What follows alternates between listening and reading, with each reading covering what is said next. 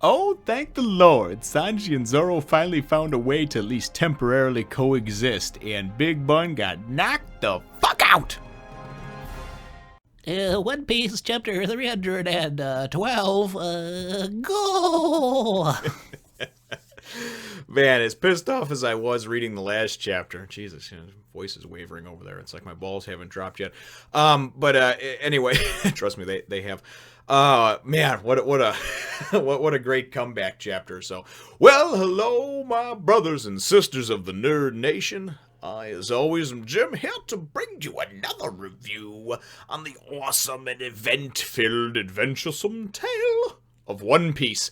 Our last chapter, of course, saw us with really for the majority of the chapter, the ref turning his head the other way to all kinds of, cheap bullshit infractions, and the groggy monsters using, of course, weapons and everything else, and just really kind of beating Sanji and Zoro like a drum. At the end of the chapter, though, it was great because we saw Zoro and Sanji kind of grudgingly agree to work together, and Zoro's just like, just give me 10 seconds, dude, and Sanji's like, fine, I can do that. So that's where the chapter left off.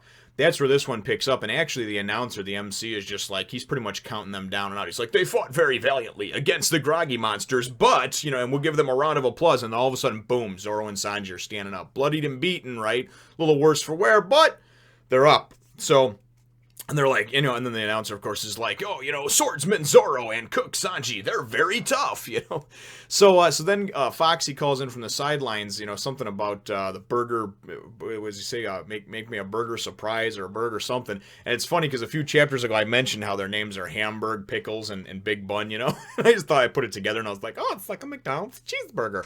Anyway, they have this move where they go and again pull out weapons, and of course the ref's not looking. He's doing a back bend or something at the time, but they wind up doing this thing where Hamburg goes and he minces you into mincemeat, and then Pickles has these these swords that he does. It's like a slicing with, or slice you into pickles, and then Big Bun has got like these two giant things, almost looks like one of the wind up monkeys that you get that goes and dances and smashes the cymbals together. Looks kind of like that, except for it goes this way.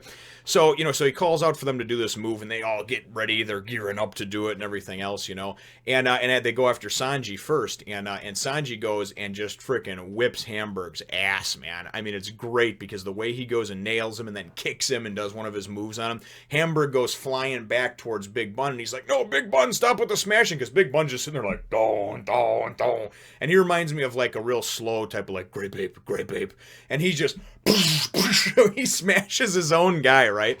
Pickles then goes to come at Zoro, or maybe he's still coming at Sanji. I don't even know. All I know is Zoro is like, fuck that, no sword style dragon, something, and he just, boom, he just comes at him with this dragon twister, no sword style, busts his ass up, and then of course he winds up getting, and then he winds up getting knocked into Big Bun and starts slicing him up with his spinning slices or whatever, so, just excellent how the whole thing works and how the whole thing's played out. So then you go and you wind up getting, they're going to go and try to get, they're going to try to go and get Hamburg, and one of them, and this is where you actually see their teamwork start to come in, which is great. And you see that they're going in to get Hamburg, and or not Hamburg, Big Bun. I'm sorry, because he's obviously the ball guy. He's the guy you got to get, into the goal and what have you. And wind up, they see that Zoro's going to get blocked or whatever. So Sanji goes and just goes to run right through the guy and jacks him and the referee up because they happen to be there. And I thought this was cool, man. While the referee was falling and everything like that, and then as he's going and he's falling, he's going, and his tooth is knocked out and everything, he's trying to pull a red card, right? So he can disqualify them from the match or whatever. And he's like, wait, where's my cards and my whistle, right? Next picture, next panel, you see Nami standing next to Robin, right? And Nami's just like, oh, old habits. And then Robin's like, you are a bad girl. And I'm just thinking in my mind like, oh, I love it. Oh, that was just, to me, that was great. That was like the high point of the chapter. It's like, yeah, you want to go and you want to keep cheating? You want to keep turning your back, ref, and pretending like you don't see shit? Hey, sorry, it works both ways, buddy. You ain't got no whistle, no cards now, so you can't call no DQ. Oh, man, just so intense and so fun, And so Zoro and Sanji, they wind up working together on Big Bun, because remember, this guy's, 30, 40-foot giant or whatever. And so they wind up working together on him and just, basically beating him around like a drum. There's actually one point where he goes to fall, and Sanji goes and kicks him so he's back upright so they can get him positioned and take him down right. Zoro comes up over top of him, and it looks like he's kind of grabbing, it almost looks like he's going to do like a suplex or something on him. As he grabs him, he's got his head, and he's pulling him down towards, and then he winds up getting him down, boom, and just slamming and hammering him down in the goal, man. I love this. It's just this beautiful double-page spread that you see, and everything leading up to it is just fantastic, Oh my god, and there's Zoro when he's kind of grabbing his face as he kind of came over the top of him, it looked like. And the neat thing is just seeing these two working together was absolutely, the Foxy pirates are absolutely floored. They have no idea what's going on. They thought that this was all over, And with the excessive cheating, they've never lost, because not only are the groggy monsters strong and invincible as far as they're concerned, but when you go and you take people that are already strong and then you go and you pile some bullshit rules and a cheating ref and everything else on it, it makes it very difficult for somebody to go and win. Nobody wants to go and play a game that's completely weighted and skewered to the other side, in the other person's advantage. It's one thing when you straight up have a fair fight, or you straight up play a fair type of game and the other person just beats you. Yeah, that hurts, but it propels you forward. You want to get better, you want to come back stronger, you want to beat them. But when somebody cheats and wins, man, that has got to be the lowest form of, I don't know how you could ever even feel good about that, It's just, and that's just me personally, and trust me, I'm far from the most honorable, decent person in the world, but that's one thing that I wouldn't have an appreciation for the win if I cheated to get there, And it's like my theory too with people that nowadays, that just read scans of things online. You don't have as much of an appreciation for it because you didn't earn it. You didn't buy it.